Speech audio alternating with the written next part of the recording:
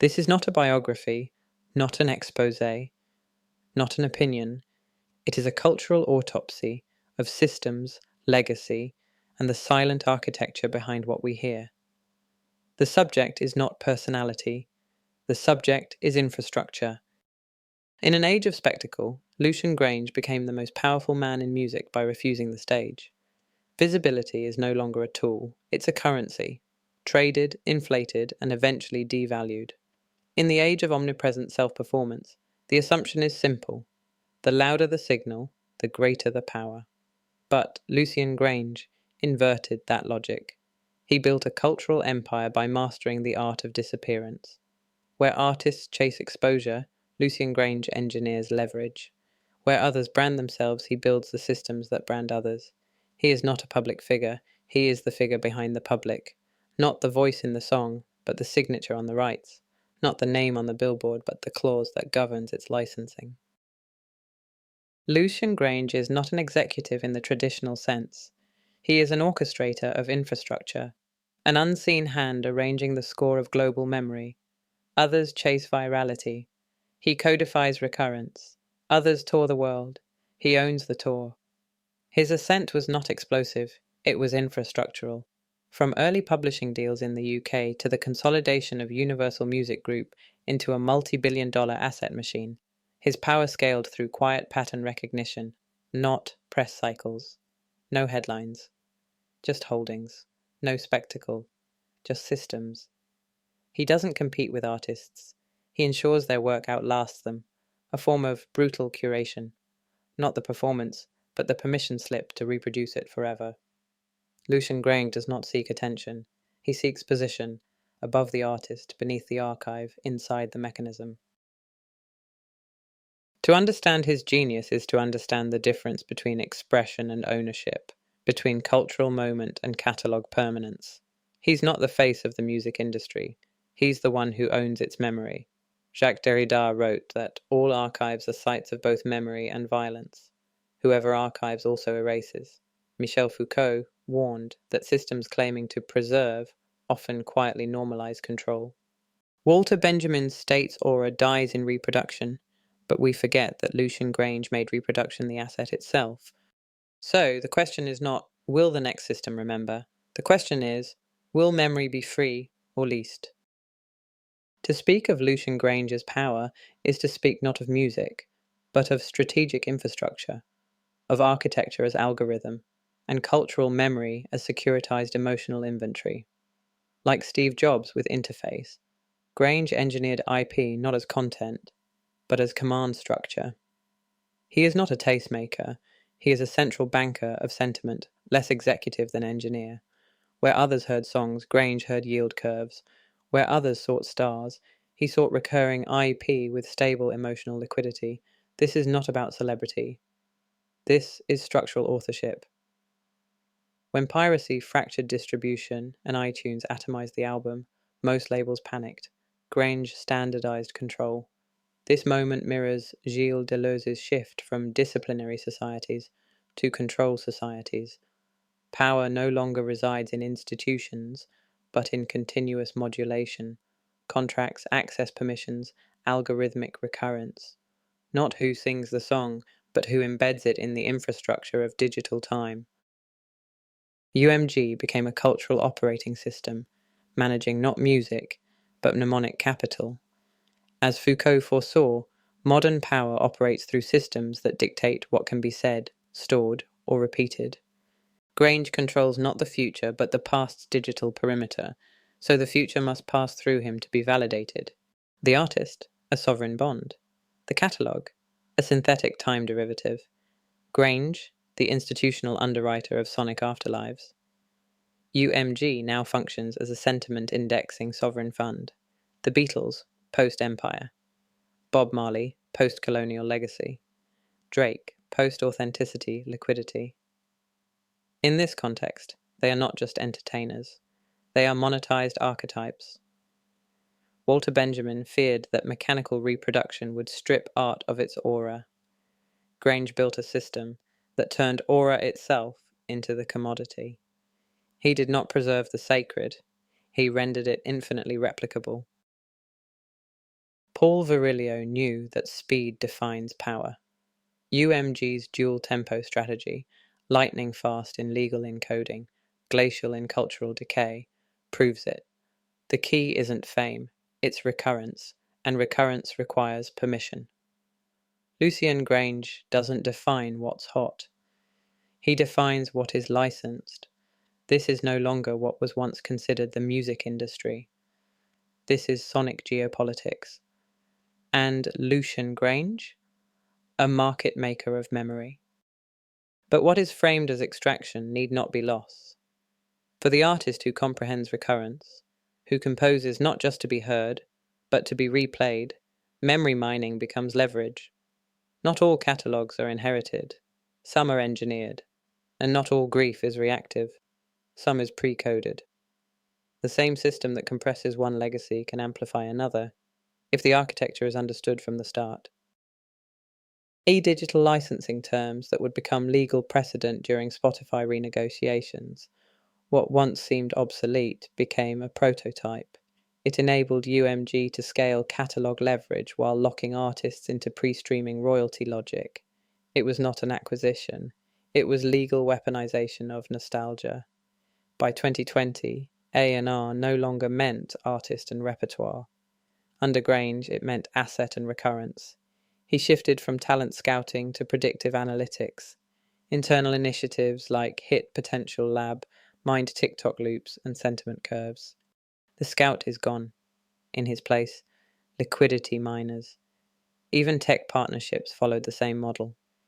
The 2017 UMG Facebook deal wasn't innovation. It was metadata refinement. Emotional spread, volume, sentiment, tracked, owned, monetized. In 2021, DMX's death caused a 928% streaming spike. UMG's earnings soared. There was no reparative gesture, just a dividend. Grief is not sacred, it's strategic. The artist doesn't live on, the catalogue does, and what once was gift is now collateral. Grainge didn't just license sound, he licensed memory, he licensed mourning, he identified nostalgia as the most stable asset class. To own the past was no longer sentimental, it was systemic. In this machine, the artist is a liquidity event, a moment where collective emotion is converted into yield. Elvis, Tupac, Whitney, Amy, not just remembered, reissued, remastered, resold. This isn't hauntology, this is high-frequency afterlife. I didn't sell my voice, I sold my ghost, stated an anonymous artist. In Graeber's logic, the past isn't merely remembered, it's collateralized. Control the record of debt, and you prefigure the terms of tomorrow. Under Grainge, catalogues became ledgers of cultural debt, repetition without restitution, tribute without repair. This isn't criticism, it's reverse engineering excellence. The question isn't whether this system is moral, it's whether it's mutable. The 2003 Zomba acquisition wasn't just a grab for pop dominance. It locked in pre-digital licensing contracts, clauses that would later anchor UMG's leverage in the streaming era. Though not publicly framed this way, the move proved prescient. What once seemed obsolete became strategic precedent. It enabled UMG to scale catalog leverage while locking artists into pre-streaming royalty logic. What once seemed obsolete became a prototype. It was not an acquisition. It was the codification of memory into structural advantage. Visibility is the dominant political economy of our time, but Lucian Grainge has spent his entire career rejecting it. While the industry grew addicted to performance, not just of sound but of presence, Grainge engineered a countermodel, executive silence as sovereign control. He is not absent. He is architecturally embedded. Grainge's refusal to be a public persona is not incidental. It is strategic. Grainge's strategy mirrors what James C. Scott termed infrapolitics. Not in motive, but in mechanism. The slow, unseen operations of influence beneath spectacle, beneath language, beneath the optics of power. Grainge offers no personality, no performance, no statement, only protocol. He does not engage with narrative. He writes the distribution logic that makes narratives visible or obsolete. This is not a traditional media figure. This is what Foucault called governmentality, the quiet, normative management of possibility, not repression, not revolution, merely the conditions under which choices appear to exist. Compare him to the figures who do perform their power: Clive Davis, with his charismatic myth-making; Jimmy Iovine, with his artist to mogul arc; Sean Combs, with his spectacle as empire approach. These men occupy the foreground. Grainge opted for infrastructural opacity. His myth is not charisma, it is architectural inevitability, and that makes him categorically more powerful.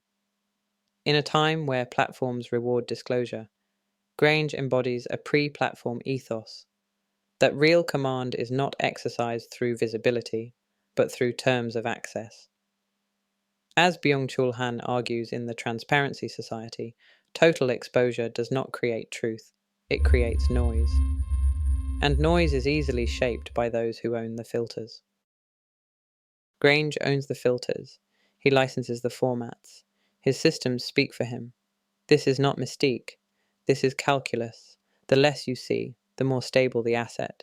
The less he performs, the more deeply embedded he becomes in the structure that governs the entire industry's metabolism. He is not trying to disrupt culture. He is trying to ensure that no one can bypass its infrastructural gate. This isn't obstruction, it's the logical endpoint of infrastructural control. And in that quiet logic, Lucian Grainge has become the one figure the entire ecosystem must eventually answer to, whether through permission, licensing, acquisition, or silence. The ghost does not haunt. The ghost signs the contract before you knew there was one. The only question left: who inherits the pen, and who signs without knowing? To grasp the full scale of Lucian Grainge's influence, ask the unromantic question: what precisely does he own? And more critically, what flows through the infrastructure he controls? Grainge does not own artists. He does not own their voices. What he controls are the legal instruments that dictate how those voices are circulated, licensed, formatted, delayed, and withdrawn. And through UMG, he holds master recordings, publishing assets, sync permissions, and mechanical royalties. This spans legacy artists, priceless, globally stable equity, contemporary stars, long-tail licensing traps, and global subsidiaries tasked with translating Western nostalgia into regional licensing templates. This isn't portfolio management, it is jurisdictional authorship, a multinational governance of audio-cultural circulation. The system operates like a sovereign wealth fund, but its collateral isn't currency. It is the compound interest of collective nostalgia. As Sarah Sharma writes, modern power governs rhythms. Grainge's ownership isn't just contractual, it is temporal. Time in this model is a licensing protocol. Nothing reappears unless authorized. He controls when a song resurfaces, where a catalogue is prioritized, and what version of memory appears in ads, trailers, documentaries. This isn't curation, it's programmable inheritance. Grainge's real assets aren't songs, they are rights to recurrence. A track isn't a product, it is a node in a synchronized licensing apparatus. Its value lies not in quality, but in its negotiability across formats and time zones. What he owns are not just files, but formats. Not just songs, but the syntax of their return. He controls the audio format, the performance license, the sync approval, and the gate through which tracks re-enter public consciousness. In short, he owns the context grid. This mirrors Saskia Sassen's intermediary power, the control of space through which content must pass to remain legible. Grainge owns that space. Through acquisitions, rights layering, and infrastructural entrenchment, he has become not a stakeholder, but the industry's legal cultural custodian. To ask what Grainge owns is to ask who requires his consent to access memory itself. The answer, nearly all. Some believe Web3 infrastructure or decentralized registries might restore equity to creative ecosystems, But even those futures must answer the same question: who controls recurrence? Every cultural cycle anticipates its successor. The artist becomes the mogul becomes the myth is replaced. But Lucian Grainge's structural innovation was to design a model immune to obsolescence. Where others built legacies, he engineered perpetual recurrence, not through personality, but through protocol. This is why there's no exit, no farewell tour, no final press release. His influence isn't tied to tenure. It's coded into self-renewing contracts, algorithmic catalog prioritization, and global licensing frameworks. As Derrida observed of textual traces, the system now operates independently of its author. The industry cannot replace him, because the system no longer requires him, only the logic he instilled. Artists may seek freedom, fans may seek meaning, but the infrastructure seeks equilibrium. And in that equilibrium, Grainge's design persists, not as a person, but as a function. His absence is not silence, it's recursive design, memory on loop. A system without exit has no grief, only repetition. He is not retiring, he is embedded, like wiring in the walls of culture itself. This isn't succession, it's self-containment. To achieve total recall, every song forever monetizable is to sacrifice cultural forgetting, the natural decay that lets new movements breathe.